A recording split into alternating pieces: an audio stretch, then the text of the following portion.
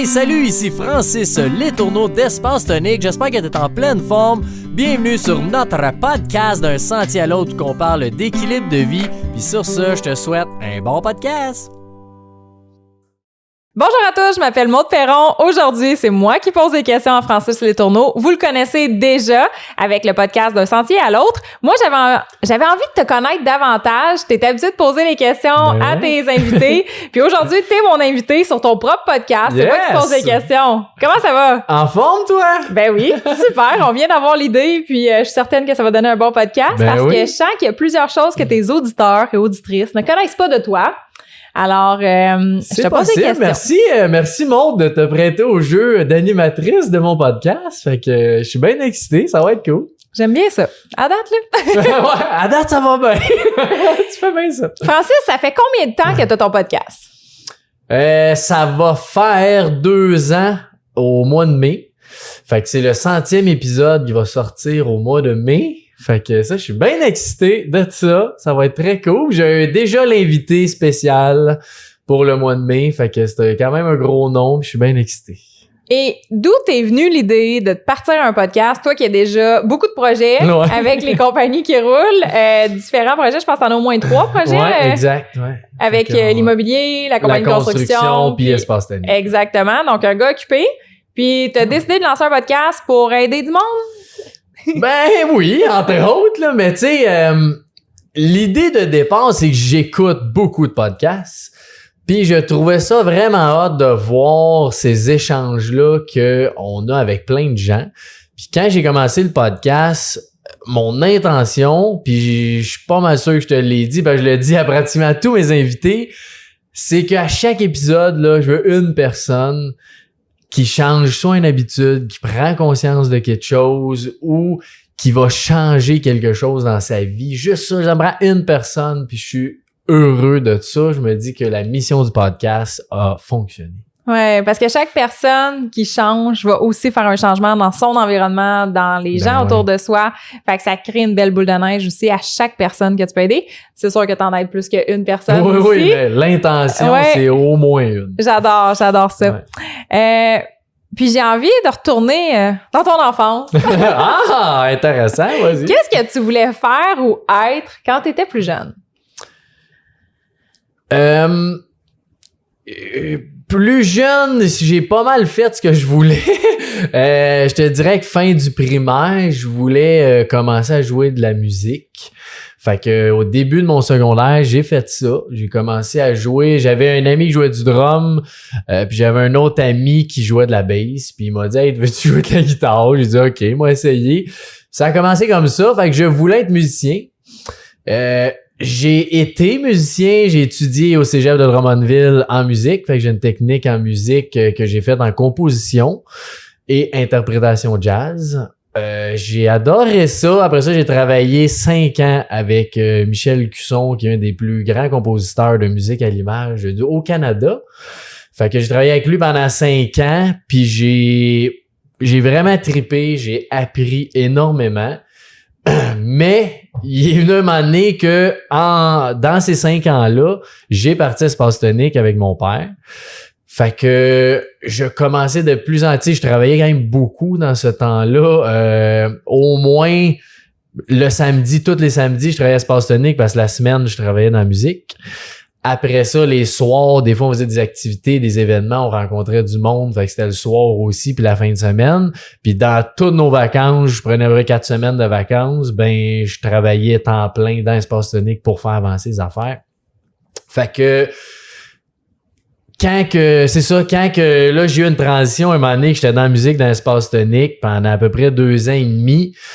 Puis je trouvais que j'avais tellement plus de sens pour moi dans Espace Tonique que d'être en musique. C'est un milieu quand même tough aussi, la musique, là. Fait que c'est pas que c'est facile entreprendre. C'est ça. Mais en tout cas, c'est différent, mais je trouvais plus de sens dans Espace Tonique. Fait que il y a un jour qu'on a commencé à dire bon, ça prendrait quelqu'un qui s'occupe d'Espace Tonique. Fait que là, je suis rentré vraiment comme la personne qui s'occupe plus de tout Espace Tonique. Puis là, depuis ce temps-là, j'ai eu la piqûre. Parce que tu viens de dire aussi que tu travailles avec ton père, tes 2 frères aussi. Ouais. Est-ce qu'il y a des défis à travailler avec sa famille? Ben oui, ça c'est sûr. Les défis, c'est surtout de pas perdre le lien familial.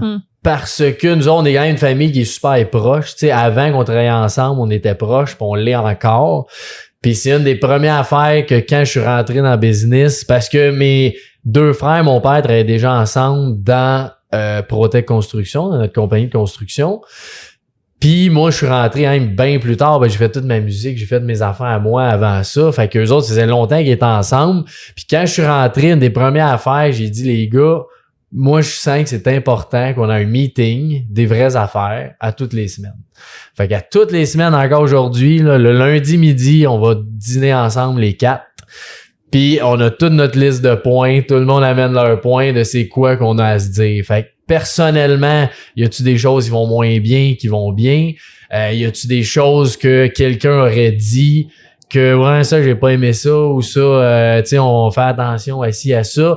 Puis je suis convaincu que ça fait une énorme différence parce qu'on se parle, on communique, on se dit des affaires avant que ça devienne trop gros. Puis souvent, on entend des histoires d'horreur avec des entreprises familiales à cause de tout ça, que c'est devenu une guerre à cause de justement qu'il y a eu un conflit qui a jamais été dit dès le départ, ça a grossi, puis à un moment donné, ça se règle plus, tu sais. Fait que cette heure-là, heure et demie qu'on prend, les 4 ensemble pour se parler des vraies affaires, c'est incroyable. J'ai l'impression que ce truc-là s'applique dans toutes les relations. Que ça soit relation de couple, relation de travail, de prendre le temps, de se poser des questions. Puis, il y en a qui vont accumuler aussi, tu sais, des fois une insatisfaction, une frustration. Puis là, 3 semaines, 3 mois, 3 ans plus tard, peu importe, ça ressort. Puis là, ça l'explose. D'être capable de dire les choses plus rapidement. Puis ce que j'aime, c'est que s'il y a quelque chose qui se passe au niveau de la semaine, ben vous savez que vous allez vous en parler le lundi. Donc, ça doit quand même être plus léger quand les choses arrivent parce que tu sens pas le besoin de tout dire tout de suite. Puis aussi, ben tu sais que tu vas avoir le temps de réfléchir à ce qui s'est passé. Fait que ça sera pas sur l'instant de l'émotion. C'est exactement ça que j'allais dire parce que ce qui est dangereux, c'est que on a quand même beaucoup de choses à gérer tout le monde. Fait que si tu prends un moment qui est pas très bon pour dire quelque chose, puis l'autre était pas là pantoute, puis là, tu le dis un peu mal, l'autre l'entend un peu mal, ben c'est pas long que ça fait un conflit qui était peut-être pas nécessaire, tandis que là, on le sait, le lundi, ça se peut que, mettons, Maude, ça se peut qu'elle me dise de quoi, tu sais, ou mon frère, peu importe, tu sais. Fait que quand tu sais ça, puis ce que t'as dit, c'est que oui, ça s'applique en relation aussi. Moi, là, c'est plus dur parce que j'ai un jeune bébé, mais avant, avec ma blonde, tous les dimanches soirs, on prenait 1 heure, 1 heure, ça durait jamais 1 heure, mais on cédulait 1 heure pour se dire les vraies affaires. Fait qu'on avait, c'est dans l'effet cumulé que j'avais pris ça dans le livre de Dan Hardy, là, qui était incroyable, qui disait de juste prendre un moment par semaine pour céduler ça. T'as 3 questions. Fait que c'est sur 10, comment était la semaine? C'est quoi que je peux faire pour améliorer ce 10-là? C'est quelle action qu'on prend? Fait que j'adore. 3 questions bien simples, mais très efficaces. Mais ça permet de se mettre à jour au fur et à mesure. Donc, il y a rien qui peut traîner, là, parce qu'une relation qui termine... souvent, il y a eu de l'accumulation. Là, on s'entend, c'est pas arrivé du jour au lendemain où il y a peut-être une grosse frustration à un moment donné, mais tu sais, on entend souvent des relations que ça fait longtemps, on se comprend pas, mais il y a une raison pourquoi on se comprend pas, c'est qu'on se parle pas, tu sais, fait que parlez-vous. C'est ça, parlez-vous, dites-vous les vraies choses, puis c'est pas parce qu'il y a une insatisfaction ou un changement à faire que ça met fin à la relation, là, tu sais, d'être capable d'avoir un amour qui est sécurisant aussi, de pas avoir peur de se faire dire les choses parce que comme tu as dit, ça se peut que ton frère te dise de quoi lundi, mais ça veut pas dire qu'il t'aime pas, il t'aime ton frère, on s'aime. Fait que c'est ça, d'arrêter d'avoir peur de dire les choses que ça pourrait venir compromettre la relation, tu sais, si la relation est solide, on est capable de dire les vraies choses. Ouais, vraiment. J'adore ça. Parfait. Décris-moi une journée parfaite pour toi. Où ce que tout est possible, tu peux faire tout ce que tu veux. C'est quoi une journée parfaite? Journée parfaite, je me lève avec les enfants. Parce qu'à 6 heures, normalement, ils sont pas mal debout. Fait que je me lève avec les enfants. Je prends quand même une bonne heure à être avec eux. Tu sais, on déjeune ensemble. On prend juste ce bon moment-là ensemble. Après ça, J'ai une routine matinale qu'encore une fois, c'est plus... Je me laisse cette liberté-là de pas être strict avec cette routine-là avec un jeune bébé. Mais dans ma journée idéale, vers à peu près 7h30, 8h, je vais faire mon entraînement, je vais faire ma méditation et je prends un moment pour m'étirer parce que j'ai découvert ça il y a à peu près 2 ans que j'étais très stiff comme personne. Fait que de m'étirer, de faire du yoga, c'est très bon, ça fait du bien. Puis tu sais, un de mes objectifs, c'est de ralentir. Donc, quand tu t'étires, j'ai ce sentiment-là de ralentir aussi. Fait que puis c'est très bon pour le corps.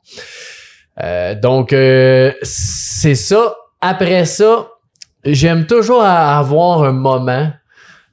Je suis un passionné de musique, évidemment, parce que j'ai travaillé là-dedans longtemps.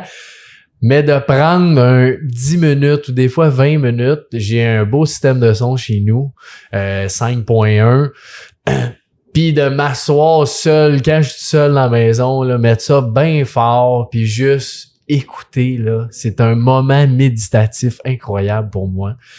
Fait que de prendre ce moment-là, c'est sûr que ça fait partie de ma journée parfaite.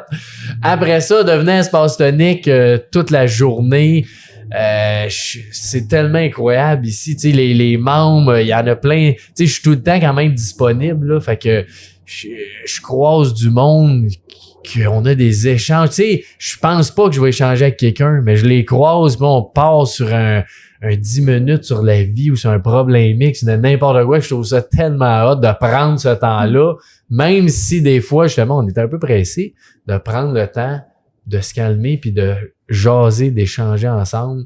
Je trouve ça fantastique. Puis là, après ça, ben il y a plein d'autres choses, de faire des podcasts aussi que je trouve hot pour la même raison aussi, là. C'est qu'on a des super bels échanges ensemble. Puis après ça, pour moi, c'est important le moment du souper. Parce que quand j'étais bien jeune, j'ai toujours soupé avec ma mère et mon père. Fait qu'on dirait que pour moi, j'ai cet ancrage-là de dire ce moment-là d'être en famille, à table, de partager notre journée, de qu'est-ce qui a bien été, qu'est-ce qui a moins bien été, qu'est-ce qu'on est fiers. Je trouve que c'est un beau moment. Fait que j'essaie vraiment d'être à la maison pour 5 heures, pratiquement tous les jours. Fait que de passer ce moment-là ensemble, après ça, j'ai toujours soit après on va aller marcher, soit on joue ensemble un peu avec les enfants, s'amuser tout simplement. Puis après ça on couche les enfants, puis de passer un petit moment, des fois 30 minutes, 1 heure avec ma conjointe pour justement là, être ensemble aussi en tant que couple et non pas juste en tant que parents. Fait que ça c'est la journée parfaite, Maude, mais cette journée-là, c'est rare qu'elle arrive. Je dirais, puis je le dis quand même souvent, parce que ça m'a marqué. Il y a quelqu'un qui m'avait dit les 2 premières années que tu as un bébé, fais du mieux que tu peux. Enlève cette pression-là de cette journée-là qui est parfaite. Ça doit se faire. Il y a sûrement du monde qui le font. Mais moi, j'ai ces priorités-là d'être avec mon enfant puis tout ça. Puis il y a tellement d'imprévus qui arrivent d'une journée que c'est ça. Quand ma petite avait 2 ans, là, j'avais recommencé toutes mes routines officielles. Là, j'ai eu mon 2e bébé. Fait que là, j'ai un autre année ou 2. C'est ça, que j'accepte que c'est comme ça. J'aime ce que tu dis, faire du mieux que tu peux. S'enlever de la pression. Tu sais, ça veut pas dire de rien faire. C'est comme, j'essaie, je le fais, j'adapte, j'ajuste. C'est comme plus flexible, je trouve, au lieu d'être strict et rigide. Parce que je l'ai essayé, tu sais, même encore avec le nouveau bébé, de dire, bon, mettons, je me laissais 1 semaine. Je disais, après 1 semaine, je recommence à m'entraîner 3 fois semaine. Mais ce que ça fait, c'est beaucoup de déception. Fait que là, t'es brûlé parce que t'as pas dormi pantoute. Là, le matin, la routine va pas bien. L'autre, elle braille tout le temps. Tu sais, il y a tout le temps plein d'affaires qui arrivent. Là, au final, ah shit, je me suis pas entraîné. Tu sais. Mais j'ai pas besoin de me dire shit, je me suis pas entraîné. Si je m'entraîne, wow, bravo, je me suis entraîné. C'est plus comme ça que je le vois que de l'inverse. Puis ce qui est dans la discipline, c'est la même affaire. C'est que pour moi, la discipline, c'est juste d'avoir un cadre que tu sais que tu dois respecter. Fait que là, mon cadre est tellement... j'ai presque rien dans mon cadre. Fait que dès que je fais quelque chose, c'est bon. Mais j'ai vraiment la croyance de dire que de la discipline, c'est bon, puis te dire, fais ce que t'es sûr que t'es capable. Fait que, mettons, c'est une fois semaine, ben, fais-les une fois semaine, tu sais. Vraiment. D'arrêter de vouloir être parfait, mais vraiment réaliste, constant, puis ça va faire une différence. J'adore ce que tu dis. Ça sonne comme un grand apprentissage de vie. Je voulais te poser la question, justement, quel est ton plus grand apprentissage de vie? C'est sûr que ça en fait partie parce que je suis là-dedans, mais j'irai un petit peu ailleurs pareil, là. C'est plus la confiance d'être qui on est. Puis c'est drôle parce qu'on vient de faire un podcast ensemble, puis ta réponse, je sais qu'elle était pas loin de ça, là. Mais pour moi, parce que même dans l'entreprise, en famille, on est tous différents. Fait que de se dire, moi, je suis comme ça, pis c'est ça que je veux, ben là, quand t'essayes pas de te mêler au groupe, ça veut pas dire que tu détruis le groupe, mais t'essayes pas d'être comme les autres. On a toutes nos différences. Fait que juste d'être ce qu'on est pis ce qu'on se sent aligné dedans, pour moi, c'est vraiment un grand apprentissage que j'ai eu il y a pas si longtemps, je te dirais, parce qu'avant, je me sentais très pas confortable, mais je sentais que j'étais dans cet esprit-là. Mais j'en ai quand même pris conscience que des fois, veut pas, même si on veut pas se comparer, on se compare pareil souvent. Fait que d'avoir cette confiance-là d'être qui on est, ben t'enlèves cette comparaison-là, puis tu veux juste être toi, qu'est-ce que t'as besoin, puis ce que ça fait, c'est que les autres tu sais, des fois, moi, je suis lui qui va prendre plus de temps pour moi dans les 3. Fait que là, des fois, je vais prendre une semaine de plus de vacances que eux. Ou une journée, moi, je vais en congé, je vais aller faire une rando, ben j'ai le goût de faire une rando, tu sais. Puis au début, je me sentais mal de faire ça, parce que là, eux autres, ouais, mais eux prennent pas de congé, moi, j'en prends, tu sais. Sauf que, plus on en parle, eux sont là, ouais, mais moi, je veux pas ce congé-là. Fait que prends-les, toi, si tu veux. Tu sais, on s'entend, tant que ça change rien sur la performance, sur nos objectifs, tout ça, là. Ça, c'est sûr que c'est quand même le core de la business aussi, c'est que ça fonctionne. Mais après ça, comment tu le fais fonctionner, ça change rien. T'sais. J'aime ce que tu dis d'arrêter de se comparer, de se faire des idées avec la comparaison avec les autres. Puis moi, j'amenais la nuance aussi, j'en parlais ce matin sur mes médias sociaux, ben de se comparer avec soi-même, avec où est-ce qu'on était, le chemin qu'on a parcouru, puis de pouvoir se comparer aussi avec où est-ce qu'on s'en va. Fait que tu te compares en disant « Hey, ça, c'est ce que je veux ». Fait que c'est plus inspirant que de se comparer avec la personne qui a déjà réalisé des choses que, tu sais, c'est pas un hasard, elle a travaillé fort pour, mais des fois, on a l'impression que c'est tellement facile, encore plus avec les médias sociaux, de se comparer, puis ça a tout l'air parfait, mais cette personne-là, pour arriver à un succès, elle a aussi fait des efforts. Fait que de s'inspirer plutôt que de se comparer et de s'assumer dans ce qu'on veut réellement, c'est ce que j'entends à travers ton exemple aussi. Clairement. Si tu veux un congé, ben assume-le. Puis, tu sais, des fois, moi, je me dis, c'est aussi d'assumer que pendant ce temps-là, si t'es pas là, ben comment tu peux être encore plus productif, tu sais, des fois juste avant ou après, mais en étant aligné réellement et non en essayant, tu sais, ta batterie est vide puis t'essaies d'en mettre encore plus d'efforts, ben comment tu peux harmoniser tout ça? Ouais, puis ce que je trouve cool aussi, puis les gars me le disent, c'est que eux s'inspirent aussi de ce que je fais. Fait que là, c'est pas nécessairement qu'ils vont prendre une journée de congé, mettons le vendredi PM, ils s'en vont, je sais pas, quelque part, ben là, ils vont plus prendre ce temps-là. Tu te dis, ouais, lui, il le fait, c'est vrai que c'est bon qu'il le fasse. Fait que si je trouve que c'est bon pour lui, il doit être bon pour moi aussi, tu sais. C'est ça, ben oui, de s'inspirer. S'inspirer des autres, ça. toujours. Exact. Je sais que tu as eu beaucoup de coachs à travers ta vie, tu as fait des programmes de formation, tu te développes tout le temps. J'ai envie que tu nous dises qui sont tes plus grands mentors ou sources d'inspiration au quotidien. Que je côtoie ou que je ne côtoie pas? Que accessible ou non, vivant ou non. Ça peut être, des fois, des mentors, ça peut être quelqu'un que tu as lu là, dans un livre. Tu sais, c'est, fait que moi, un mentor, c'est quelqu'un qui m'inspire à un haut niveau. Ouais, je vais t'en nommer quelques-uns. Mais principalement, mes 2 parents. Mon père me coach beaucoup dans la spiritualité et dans l'entrepreneuriat, évidemment. Ça fait quand même 30 ans qu'il a sa business en affaires. Fait que, tu sais, aujourd'hui, Espace Tonique, c'est rendu mon bébé.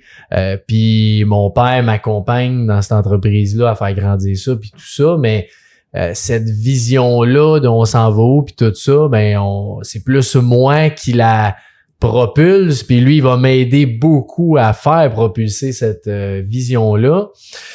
Puis ma mère, elle, c'est une femme qui est tellement bienveillante que ça m'inspire énormément de plein de choses. Tu sais, j'ai eu des grosses discussions de vie quand j'avais 15 ans, tu sais, avec mes amis. J'étais avec ma mère, puis on jasait de plein d'affaires sur la vie. Puis ça m'a grandement... J'ai eu une grosse impact de ça jeune, parce que justement, j'ai commencé ado à avoir des belles discussions avec mes parents. Fait que ça, je te dirais que c'est encore aujourd'hui, on a des super bels échanges avec mes deux parents. Sinon, j'ai eu Tony Robbins, qui est un classique, mais que... Quand on a fait les 4 ensemble, les trois frères puis mon père, on était au Business Mastery en Floride en présentiel. Fait que 6 jours de temps, on parlait de business avec le programme à Tony, ça nous a complètement changé. Tu sais, les croyances ou plein d'affaires que des fois, on va juste se parler, là. Tu sais, il y a un signe qui faisait Tony des croyances limitantes, il se tapait sa tête. Puis là, tout le monde, tu sais, on était 3000, puis là, tout le monde se tapait sa tête. Des fois, on fait encore ça en meeting, on est genre, hein, tu te tapes sa tête. Tu vois, c'est vrai que c'est une croyance. Fait que ça, pour vrai, ça nous a vraiment, vraiment changé. Puis depuis ce temps-là, bien sûr que c'est quand même quelqu'un que je trouve qui fait des super belles choses. Puis, je vais quand même faire une petite parenthèse. Tantôt, quand tu parlais des comparaisons, Tony, je me suis longtemps dit, hey, j'aimerais ça, tu sais, être Tony ou faire, tu sais, il impacte, lui, des millions de personnes par jour. Puis là, depuis que je réfléchis beaucoup plus à ralentir, je me dis, tu sais, je l'aime encore, mais je veux tellement pas être Tony qu'il parle de ses histoires. Lui, il s'en va à jet la nuit pour aller d'un autre meeting, puis il voit l'autre, puis l'autre. C'est comme, ça serait tellement trop pour moi, tu sais, ce que je veux en ce moment. Fait que, pour une comparaison, des fois, ça a l'air beau, mais je veux-tu vraiment faire les efforts que lui a fait pour me rendre là? Non, pas en tout, tu sais. Ouais. Fait que Tony, ça en est un très, très... qui je sens comme un mentor encore. Puis je dirais en ce moment, j'ai beaucoup de collaborations à cause du podcast. Puis ça, il y a plein de monde que j'aurais jamais vu ou jamais eu la chance de parler, que je suis capable de parler avec ces gens-là. Tu sais, même toi, probablement on s'est connus en coaching, mais probablement qu'on ferait moins, on se parlerait moins si ça avait pas été du podcast, parce que quand on se voit en podcast, on se voit pour vrai. Ouais. On parle ensemble 1 heure, on est ensemble 1 heure et demie, on se connaît plus, on apprend à savoir, OK, c'est ça que t'aimes, puis c'est peut-être là que je peux aller t'aider. Ben, le fait d'avoir le podcast, pour vrai, ça, c'est une des grosses choses que ça m'a amené. Fait que c'est pas nécessairement du mentorat, mais pas loin, tu sais. Puis j'ai le goût d'en dire un autre parce que au Québec, c'est important aussi d'avoir des gens proches, mais j'ai Alex Boily qui est venu au podcast d'ailleurs, que je suis beaucoup, puis qu'on communique quand même de temps en temps ensemble, puis je trouve qu'il y a une belle vision. Justement, j'ai parlé de l'alimentation, lui il est beaucoup là-dedans, fait que ça, il m'a aidé bien gros à travers ses programmes, toutes ses affaires, à mieux s'alimenter. Simplement, là, tu sais, c'est pas des affaires bien compliquées, là. Fait que je te dirais qu'en gros, ça serait ça. Génial. Tu as parlé de ton père avec la vision d'Espace Tonique et que là, maintenant, tu apportes ta vision. Est-ce que je peux te demander, c'est quoi ta vision avec Espace Tonique? Ben oui, certainement. Ben tu sais, on s'en va aussi d'une vision parce que c'est un peu un mix. Je vais parler un peu de Protect et Espace Tonique parce que on rallie beaucoup ces deux entreprises-là de plus en plus pour moi, là, cette communauté-là qu'on a ici à Espace Tonique, de gens qui sont bienveillants, qui sont dans le plaisir, qui veulent grandir, qui sont dans le mieux-être, qui prennent le temps aussi. Il y a beaucoup de membres qui arrivent, puis on a un petit sentier de l'ours qu'on appelle, parce qu'il y a un ours au début, là, puis ils font comme « wow! » Quand t'arrives là, ça fait chou. Tu laisses toutes tes affaires derrière. Mais ça, pour moi, c'est vraiment important d'être capable d'avoir une place que tu te sens chez vous, tu sais. Puis là, la nature fait ça aussi. Fait que c'est d'avoir un emplacement que tu te sens bien, puis qu'on crée cette communauté-là de gens pour s'entraider, pour se propulser. Tu sais, puis physiquement aussi. Parce qu'on se voit en personne. Tu sais, c'est super cool du virtuel. Ouais. J'en fais plein de virtuels, mais je trouve qu'il y a de quoi de le fun d'avoir de quoi de gens. Tu sais, comme la semaine prochaine, on a une cabane à sucre avec les membres. J'ai 35 personnes qui sont là. C'est plus un atelier léger, mais je sais que ça va être super le fun. Même si c'est des affaires légères, souvent on s'en va dans des belles discussions quand même. Tu sais, assez plus profondes, si on veut. Fait que je trouve ça super le fun de créer cette communauté-là de gens dans le mieux-être. Fait que c'est beaucoup là-dedans. Puis, ce que je voulais dire par le mix de Protec, c'est que dans Protec, on s'en va beaucoup dans des gens qui ont à cœur le mieux-être aussi. Et le développement durable, donc il y a plein de choses en construction qui n'ont aucun sens, qu'on fait beaucoup. Un exemple que je donne souvent, là, juste l'asphalte qu'on a partout dans tous les projets.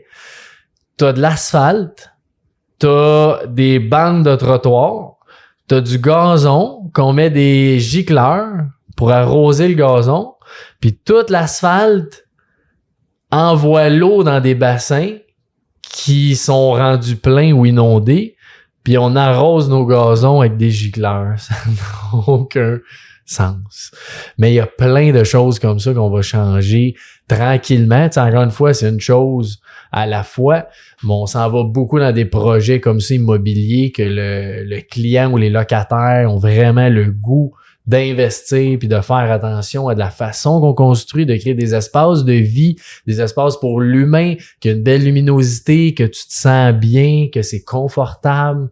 C'est pas juste des lieux qu'il faut construire, c'est bien plus que ça. Faut que l'humain dans le lieu se sente bien, faire des micro-forêts autour des projets, d'avoir beaucoup de végétation à l'intérieur des bâtiments, de donner. On a un programme de tous nos clients, tous nos locataires ont accès, ils sont tous membres d'Espace Tonique, premièrement. Ensuite, on va leur donner des activités, que ce soit de l'alimentation, de l'entraînement, de la méditation, peu importe un peu le besoin du client, mais tout ce qui est en lien avec le mieux-être, on leur offre ça pour justement tous qu'on grandisse ensemble, parce que la richesse seule, on croit pas à ça. On veut enrichir les gens, autant financièrement que j'allais dire conscient collectivement, là, mais par la conscience aussi de ce qu'on fait, de ce qu'on est. Fait que, ouais. J'adore t'entendre, j'adore t'écouter. Moi, c'est la première fois que je découvrais l'Espace Tonique, puis j'ai envie de faire mon petit témoignage parce que je me suis tout de suite sentie, c'est super chaleureux comme t'arrives, puis tu te sens accueilli. Il y a le design, tu sais, juste avec les pancartes, Espace Tonique, club privé, tu sais, je me sentais déjà bien. Puis après ça, tu m'as amené dans l'endroit ici où on enregistre le podcast. J'ai vu des gens passer, tu sais, je vois la communauté qui gravite un peu autour, puis c'est tellement calme, c'est tellement grounded. Tu t'as fait ton bruit de pshh. C'est vrai, on se sent vraiment bien. Il y a comme quelque chose d'apaisant et quelque chose qui m'a surpris aussi, c'est qu'on est en ville, mais en pleine nature. Fait qu'on n'a plus l'impression d'être en ville. T'es à proximité de tous les services, tout est proche. Fait que je trouve que c'est une belle invitation à venir découvrir cet espace-là. Merci à toi, Maude. C'est drôle parce que souvent, quand il y a des gens qui connaissent un peu Sainte-Julie ou, tu sais, la Rive-Sud, que je leur dis, mettons, tu vas être dans le bois, là. Tu sais, ben là, ils pensent que c'est pas un bois parce que ça a aucun sens qu'il y a un si gros boisé qu'on sait même pas qui est là. Ouais. Mais c'est impressionnant d'avoir une si belle forêt à côté de chez nous. Oui, vraiment, moins à côté de chez moi, mais ça se fait quand même. Ouais, c'est ça. Fait que, de prendre le temps, c'est ça qui est important ici. Ouais. Prendre le temps. Qu'est-ce que tu crois qui fait que c'est difficile de prendre le temps? J'ai l'impression que c'est comme un sujet quasiment à la mode, là, de ralentir, prendre le temps. Pourquoi c'est difficile? Je pense que c'est difficile parce qu'on n'a pas nécessairement conscience qu'on ne prend pas le temps. Puis souvent, tu sais, même, je suis là-dedans beaucoup, puis je me prends moi-même pendant une journée, il est midi, puis là, je fais « wow », là. À matin, là, j'étais partout. Des fois, un dossier, un client qui me parle, m'en va ci, m'en va là, puis là, je suis comme « wow ». Je vais prendre le temps des fois de dire, gars, je vais juste aller, des fois c'est niaiseux, je vais juste aller aux toilettes. Le fait de, je prends juste conscience que je m'en vais aux toilettes, puis je vais pas aux toilettes automatiquement, tu sais. Fait que juste d'être conscient de ça, d'être présent dans ce qu'on est, dans ce qu'on fait, je pense pas que, tu sais, peut-être les moines sont capables de faire ça, tu sais, de le faire à journée longue. Je pense pas que dans le monde qu'on vit, c'est pas nécessairement possible, en tout cas, je pense, mais au moins d'en être conscient plusieurs fois dans la journée, ça fait que tu es capable à chaque fois de revenir et de dire, ouais, c'est vrai que dans le fond, le dossier, là, il est pas si urgent, c'est pas si grave si je fais pas ça à matin, de voir c'est quoi, dans le fond, la priorité que t'as, puis d'être capable de dire non à plein de choses, parce que quand j'ai fait ton... je sais pas comment tu l'appelais. Un atelier? Ouais, ton atelier en janvier sur le bilan de l'année. Pis tout et les ça. Objectifs, bilan et objectifs. Ouais, exact, avec bilan et objectifs. Il y avait un des objectifs que je m'étais mis sur, je pense que c'était 100 semaines, 100 jours. Ouais, il y avait un défi 100 jours. C'est ça, défi 100 jours. Je m'étais mis de dire non à une affaire par semaine. Parce que je suis quelqu'un qui est extrêmement motivé, j'aime ça faire des affaires, j'aime ça faire des projets, j'aime ça voir le monde. Fait que j'ai tendance à dire oui parce que je suis emballé. Mais là, avec ce beau défi-là, ça m'a aidé quand même à dire « OK, mais là, faut que je dise non à quelque chose cette semaine, j'ai pas le choix. » Fait que je trouvais ça bien intéressant de justement prendre ce temps-là de dire non parce que ça laisse de la place aussi à autre chose. Puis après ça, c'est de pas juste combler ce vide-là par autre chose, mais de se laisser un vide. Simplement, je pense que c'est bien important. De créer de l'espace, c'est ça que j'entends à travers... tu sais, c'est pas un vide, il y a un espace, puis c'est dans l'espace que tu vas pouvoir réfléchir, avoir des intuitions. Ça prend de l'espace là pour avoir une intuition de qu'est-ce que tu veux vraiment, tu sais, de ressentir ce que tu veux. C'est pas dans le feu de l'action, là. Des fois, là, ça peut popper, mais habituellement, c'est très rare, ouais, c'est ça. C'est puis, plus justement quand je vais faire une randonnée ou quand tu prends le 10 minutes de dire, OK, je vais juste relaxer 10 minutes, je vais regarder ce qui se passe dans la forêt ou les arbres, peu importe. Là, t'as des belles idées qui arrivent. T'sais. Et c'est ça le principe de la pleine conscience aussi, c'est d'être pleinement présent à ce que tu fais au lieu d'être sur le pilote automatique. Puis c'est facile de retomber sur le pilote automatique, mais de prendre conscience que le moment présent n'arrive qu'une seule fois. T'es à un endroit comme ça arrive juste une fois. D'en prendre, tu sais, de le goûter, de le toucher, de prendre réellement ce temps-là, de regarder la nature, puis de faire « wow », tu sais, de prendre ce moment-là, puis ça fait toute la différence. Tu sais, c'est juste pour dire à quel point c'est simple parfois, là. Tu sais, tantôt, quand t'es allé aux toilettes, j'ai juste pris le temps pendant que t'étais aux toilettes je regarde souvent le haut des arbres parce que, tu sais, ça bouge, je trouve ça beau, mais c'était quoi, 2 minutes, tu sais? Mais j'aurais pu peut-être prendre mon téléphone puis regarder un courriel. J'aurais pu, je sais pas, il y avait sûrement des branches que j'aurais pu tasser ou peu importe, tu sais, j'aurais pu faire quelque chose, mais j'ai juste pris le temps de regarder les arbres puis wow, c'est beau. Qu'est-ce que ça fait au quotidien, selon toi, de prendre du temps comme ça pour regarder les arbres puis être bien? C'est quoi que ça peut donner comme bienfait? Il y a beaucoup de choses. Le bienfait de ça, là, j'ai de la misère à le décrire quasiment tellement que c'est puissant. C'est que tu deviens conscient de ce que tu fais. Quand tu es conscient de ce que tu fais, tu es capable d'apprécier ce qu'il y a, ce qui est, simplement. Puis quand tu apprécies les choses, ben là, tout, tu sais, sans être trop positif, mais tout peut être beau. Ouais. Quand tu es juste dans l'appréciation, même si tu vis, tu sais, le fameux, le moment présent qui dure 1 seconde, là, ben ça peut avoir été vraiment mal une seconde, mais après ça se peut que l'autre seconde d'après, il se passe de quoi de fantastique.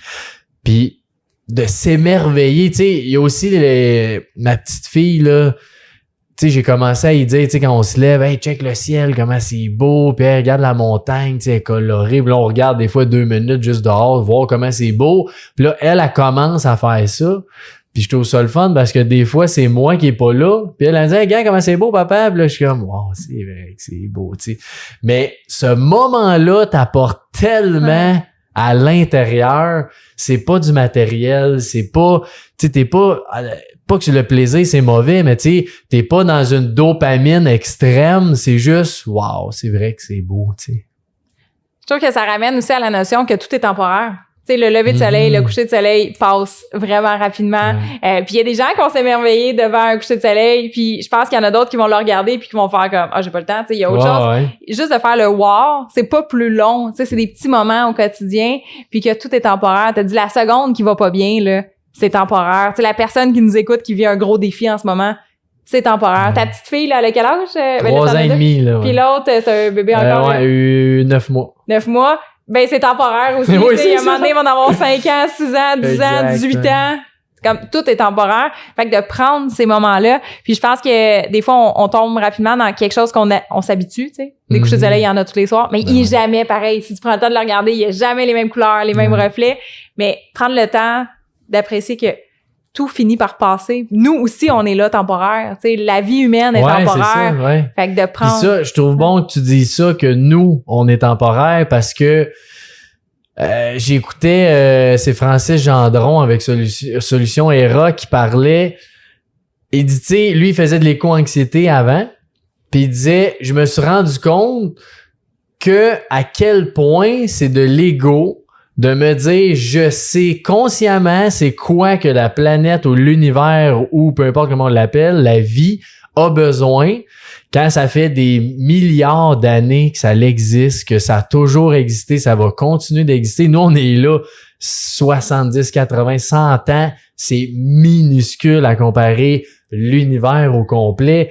Fait que c'est à quel point tes problèmes, tes défis, ce qui est dur, quand tu regardes ça aussi large, c'est pas si gros que ça. Tu sais, j'ai à cœur espace tonique puis toutes, mais mettons, c'est plus là, on ferme, on n'est plus là, on meurt, je meurs. C'est plate, là. Mais dans 10 ans, personne va se rappeler de ça, tu sais. Ça l'enlève bien de la pression avec le jugement des autres aussi. Ouais, clairement. Personne va s'en rappeler. C'était qui, lui? Je sais pas. Mais c'est vrai qu'on est une poussière dans l'univers. Là, on va arrêter de se penser pour le centre du monde. Ouais, là. c'est ça, tu sais. Il y avait un livre aussi qui a été écrit Homo Deus, tu sais, l'homme qui se prend pour Dieu. Mais l'homme n'est pas Dieu, tu sais. On est puissant, on a vraiment beaucoup de pouvoir d'une certaine façon, mais on est là, comme tu dis, 100 ans sur des milliers d'années qui vont continuer sans nous, là. Oh, ouais, c'est rien. Fait que d'arrêter de s'en faire avec des petits problèmes, je trouve ça vraiment intéressant de vivre pleinement. T'sais, on vient de voir un écureuil qui passe, je me dis, lui, il vit sa vie pleinement, là. Il doit pas s'en faire avec les taux d'intérêt, puis... C'est le moment présent. C'est ça. Les animaux sont dans le moment présent. Regarde mon chien, tout le temps dans le moment présent. Les enfants sont énormément dans le moment présent. Les émotions, ils vivent au moment présent aussi, les émotions, hein, ça passe. Ça passe vite. Ou très pas vite, là, ça dépend. Mais comme quoi que c'est le moment présent qui compte vraiment. Ouais. Sans oublier quand même une perception de l'avenir. L'avenir, ça, c'est comment tu vois ça? Ben oui, ça, pour moi, c'est... Quand tu veux être aligné, c'est quand même important de savoir tu veux aller où, d'avoir des objectifs. Puis tu sais, j'en parle souvent dans le podcast, j'en ai déjà parlé aussi, que des fois... Je me questionne ces fameux objectifs-là à me dire à quel point ça met une pression de dire que je veux réaliser des objectifs, mais ce que je réalise de plus en plus, c'est que des fois, c'est peut-être juste le temps, de se laisser le temps d'avoir des objectifs. Fait que, j'étais beaucoup dans les dates avant, fait que de dire dans 3 mois, ça c'est fait, ça c'est fait, ça c'est fait. Là, je suis plus lousse. Oh, le petit... il est là. Il est vraiment pas loin. Il s'en venait. Fait que d'être vraiment plus lousse là-dedans. Puis je sais que c'est bon d'avoir des dates. Ouais. C'est juste, ça dépend t'es où dans ta vie. Il y a des moments que j'ai besoin d'avoir des dates, il y a des moments que j'en ai pas de besoin. Fait qu'encore là, juste d'avoir conscience de ça, qu'est-ce que tu as besoin en ce moment, c'est ça qui est bon pour toi. Puis, j'aimerais rajouter aussi, parce que les objectifs, depuis que j'ai changé ma perspective avec ça, puis c'est ce que j'enseigne aussi, on dirait que ça fait vraiment une différence. La nuance est là que l'objectif il est hyper important, oui, mais d'une certaine façon, c'est pas ça le plus important. C'est qui tu deviens. C'est, tu sais, tu veux, exemple, moi j'ai des projets en immobilier, mais avant de partir mon projet, là, il a fallu que je traverse plein de croyances limitantes, il a fallu que j'enlève des peurs, il a fallu que j'enlève des jugements possibles, des choses. Puis là, quand que tu réalises que tout ce processus-là te rend une meilleure personne, une meilleure version de toi-même, puis que pendant que tu atteins ton objectif, t'es devenu une nouvelle... Ben, t'es encore la même personne, là, mais t'es devenu une personne plus alignée à la hauteur de ton objectif. Moi, je trouve que c'est ça qui est beau. Fait que peu importe ton objectif, tu sais, quelqu'un qui dit « OK, ben je me mets un objectif au niveau de l'entraînement », devient une personne qui s'entraîne. Fait que l'identité elle-même change au-delà de l'objectif. Plutôt qu'un résultat, ben je trouve qu'on devrait focuser plus sur l'identité que tu dois devenir. Tu veux écrire un livre, ben deviens un écrivain.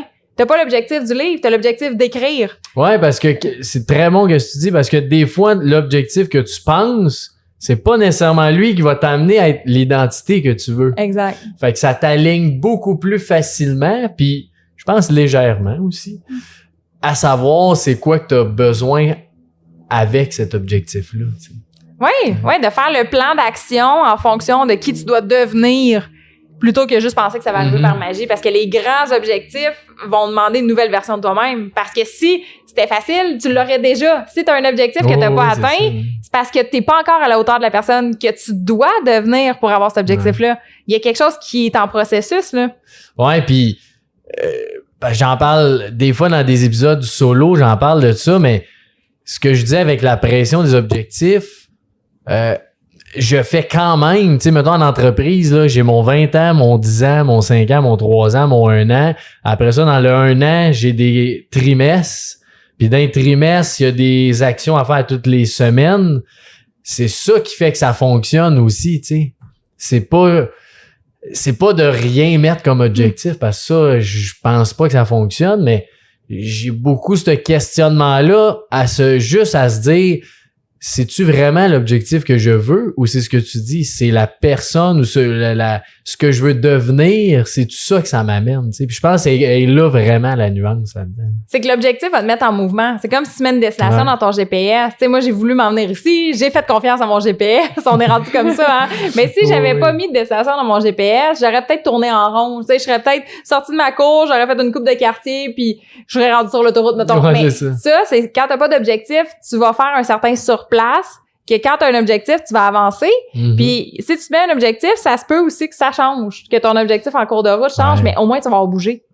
Tu sais, tu vas peut-être t'inscrire pour un marathon, puis tu vas te dire finalement je vais faire un 10 km, mais au moins tu as commencé à courir. Tu vas peut-être, tu sais, peu importe ce que tu fixes comme objectif, deviens la personne que tu as besoin d'être, puis tu vas voir que tout s'ajuste. Tu sais, il y a des ajustements constants. Puis je trouve ça beau que tu mentionnes quand même que des fois l'objectif n'est pas nécessairement à réaliser non plus. Pendant le parcours, tu peux avoir eu quelque chose, puis là, tu dis, OK, c'est pas tout à fait ça, je vais aller ailleurs. Puis c'est correct, même si c'est pas arrivé à la finalité de ton objectif, c'est juste ce chemin-là que tu avais besoin de prendre, tu sais. Fait que je trouve ça intéressant, cette nuance-là. J'ai une autre question pour toi. Quelle est ta définition du bonheur? Grosse question.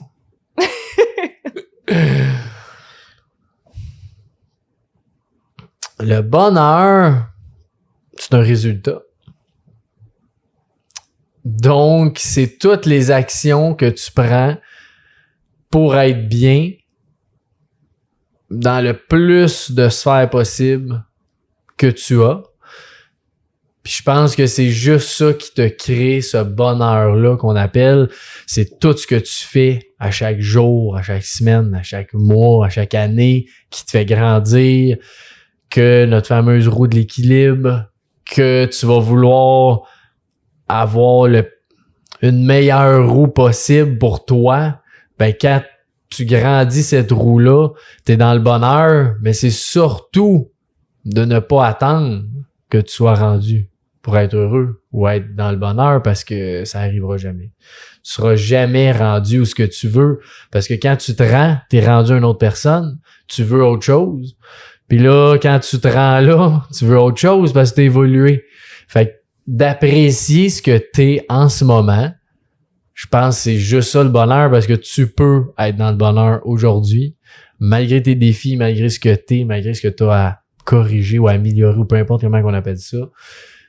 J'ai fondamentalement la croyance que tu peux être toujours heureux simplement en appréciant qu'est-ce que tu es puis qu'est-ce que tu fais. Puis, tu sais, il y a peut-être des gens là, qui vont penser qu'une personne positive comme toi, le bonheur facile, tu sais, c'est facile pour toi d'être heureux, le bonheur facile. Facile, le bonheur. Facile? Ouais. On dit quoi par rapport à ça? Qu'on se le crée. Cette facilité-là.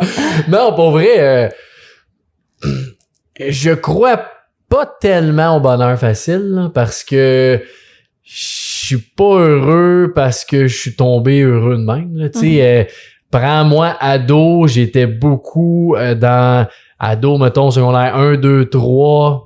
À 4, je commençais plus vraiment. J'ai commencé le développement personnel à 15 ans, fait que je pense que c'était secondaire 3.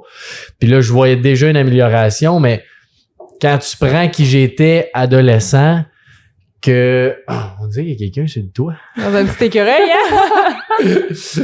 Que j'étais vraiment dans un peu plus le dark side, là. Tu sais, j'étais contre la politique, contre les banques, que tout le monde essaie de nous avoir par une façon ou une autre.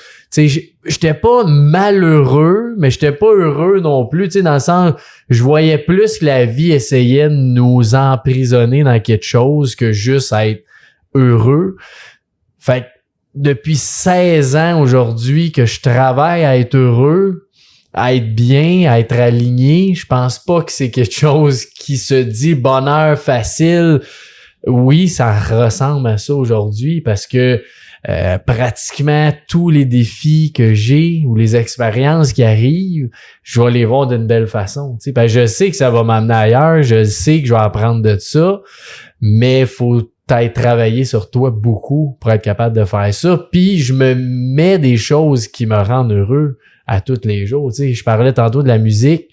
Je danse souvent avec là, c'est avec les enfants, mais tu sais, on met une toune puis on danse dans le salon puis c'est trippant, tu sais, mais c'est simple. Mais j'aime ça, la famille aime ça, on le fait. Alors, on aime ça marcher, mais on va marcher. J'aime ça aller au resto, mais je vais au resto. Et tu fais plein de choses que t'aimes, à un moment donné, t'as l'air d'avoir le bonheur facile. Qu'est-ce que tu dirais à une personne qui sait pas ce qu'elle aime faire? Si t'aimes pas ce que t'aimes, un bon vieux truc, c'est qu'est-ce que t'as déjà aimé quand t'étais enfant, quand t'étais ado, quand t'étais plus jeune, ou dans la vie, là, y a-tu quelque chose?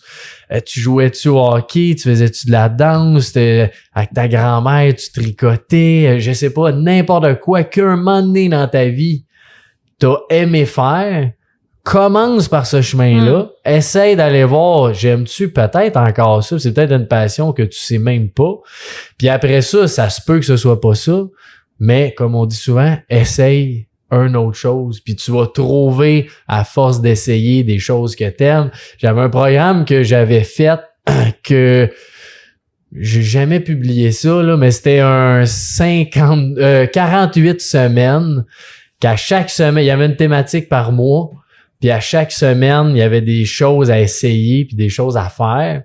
Puis là-dedans, j'avais 10 éléments qui étaient d'essayer justement des affaires dans la vie de tous les jours, comme la musique forte, comme juste de rire, essaye de rire pendant comme 1 minute pour te voir si t'aimes ça. Puis là, j'avais mis plein d'affaires de même, juste pour que la personne prenne de quoi là-dedà, puis qui se dit, j'essaye ça. Puis aujourd'hui, je l'essaye, je suis obligé, faut que je l'essaye. Fait que je l'essaye pendant, c'est ça. Pendant 10 jours, t'essayes plein de petites choses. Puis à un moment donné, tu finis par trouver qu'est-ce que t'aimes. Parce que vu que tu ramènes aussi aux passions d'enfance, c'est que des fois, on aurait pu s'en éloigner, tu sais, de l'avoir tellement fait quand on était jeune, puis après ça, dans le rythme de la vie, exemple, moi, je faisais du dessin, mais quand j'ai commencé à travailler, le dessin, il y avait plus autant de place dans ma vie. Fait que c'est intéressant de revenir à ce qu'on aimait quand on était jeune. Ouais. Tu fais-tu encore du dessin? Je le fais maintenant avec ma belle-fille. Ah, J'ai fait une peinture de licorne le week-end dernier. Ça, c'est hot. Je sais c'est quoi. J'ai changé mon style, mais j'adore ça. Je tombe un peu en méditation. Là, fait qu'on fait des arts et super artistique aussi. Ah, c'est cool, ça. Parce que oui, ça aussi, des choses simples de même. Les enfants, en tout cas, moi, ça m'amène ça aussi à te ramener là-dedans, mais le dessin, on en fait souvent du dessin ou du casse-tête parce que on essaie d'écouter le moins possible la télé pour faire juste autre chose. Fait que on fait souvent ça, puis c'est quelque chose de tellement simple, dessiner. Tu coloris, tu sais, moi je suis vraiment pas bon en dessin, fait que je colorie un vrai dessin qui existe déjà, là. Mais juste faire ça, c'est tellement, tu sais, c'est relax, c'est tranquille, t'es là, t'es dans ce moment-là, puis... Même si c'est des courriels qui attendent, même si c'est des choses qui attendent. Ouais, mais ça, je suis quand même pas pire. OK. Je suis capable de... Ce switch-là, je suis quand même capable de le faire. Tu sais, quand, mettons, à la maison, si je vais rarement avoir mon cell avec moi à cause de ça, parce que là, je sais que c'est facile d'aller voir un courriel ou quelque chose, quelqu'un qui m'a appelé, ce qui fait que je suis plus difficilement rejoignable. Ça, c'est gossant pour les autres, mais pas pour moi. Mais de prendre cette distance-là avec les téléphones puis toutes nos choses à faire dans la vie. Là, on parle justement des enfants, puis tu as parlé de ce que ton père t'a enseigné comme étant un grand mentor. J'ai envie de savoir, toi, qu'est-ce que tu as envie d'enseigner réellement là, à tes enfants que tu veux qu'ils se souviennent pour toujours que tu leur as enseigné? C'est une belle question. Que... Je pense que ça revient à ce que je dis au bonheur tantôt, mais c'est d'apprécier ce qu'on a, tu sais. Puis d'apprécier... tu sais, souvent, je le mentionne à ma petite, tu sais, il y en a qui sont pas capables de déjeuner à tous les matins, tu sais. C'est plate, mais c'est ça la réalité pareil. Puis nous, on est chanceux. On mange 3 repas par jour, t'as des collations. Tu sais, c'est pas dans un reproche, dans le sens t'es mieux de te sentir bien. C'est vraiment juste de dire on est choyé, tu sais, dans la vie. Puis continuons d'être choyés. Fait que ce principe-là, je pense, d'apprécier ce qu'on a puis ce qu'on est, qui est simple, mais qui est tout aussi complexe des fois, tu sais. Ouais, je pense que c'est simplement ça. Puis le fait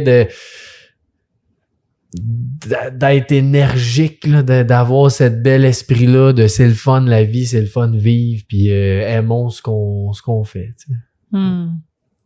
Est-ce que tu as un mot de la fin ou quelque chose qu'on devrait savoir de toi que tu n'as jamais eu l'occasion de dire dans tes 95 podcasts? Ouais, un mot secret.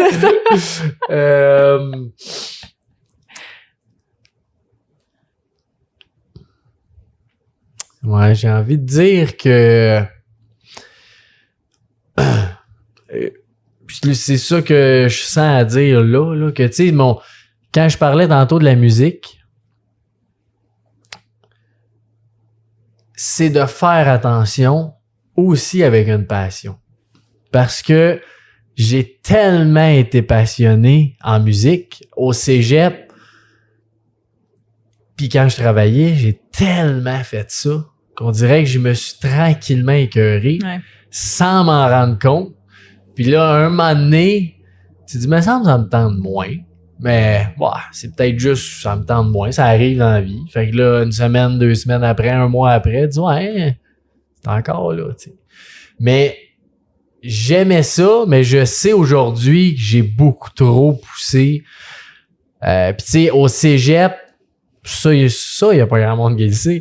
Mais au cégep, j'étais quand même pas quelqu'un de naturellement bon en musique. Fallait que je travaille beaucoup plus que les autres. Fait que ça a fait en sorte que j'ai travaillé beaucoup plus. Puis quand j'ai changé ce switch-là que j'ai fait en sortant de la musique, j'ai réalisé ce que je parlais tantôt, quand c'est naturel, puis que t'es à la bonne place, puis tu fais la bonne chose, c'est tellement plus gratifiant, plus facile. J'ai toujours dû travailler beaucoup en musique, puis c'était pas naturel. Là, je suis capable de travailler moins parce que là, ce que je fais là, mettons, avec toi ou les podcasts, c'est quelque chose que j'adore, c'est quelque chose que je sens que je suis bon, puis c'est quelque chose que je sens qui fait une différence dans la vie du monde. Toutes ces trois affaires-là, c'est merveilleux, mais encore une fois, si je fais des podcasts, 3 épisodes par semaine, je vais probablement m'écœurer, tu sais. Fait que de garder cette passion-là comme une passion, puis juste de faire attention, de pas aller dans trop. Comme n'importe quel excès, en fait. Tout ce qui est bon avec excès finit par ne plus être bon. Là. C'est bon la salade, mais mange juste la salade 12 heures par jour. Je pense pas que c'est très bon. Mais tu peux l'arranger un peu, là. Oh, oui. Ouais, mais si tu manges juste la salade 12 heures de temps. Non, mais n'importe quoi avec excès. La restriction, l'excès, je pense qu'il faut faire attention. Des fois, on va toucher à un extrême pour revenir, balancer. Ouais, c'est ça. C'est correct, faut le savoir. Mais c'est drôle que tu dises ça parce qu'avec le dessin, j'ai vécu ça aussi.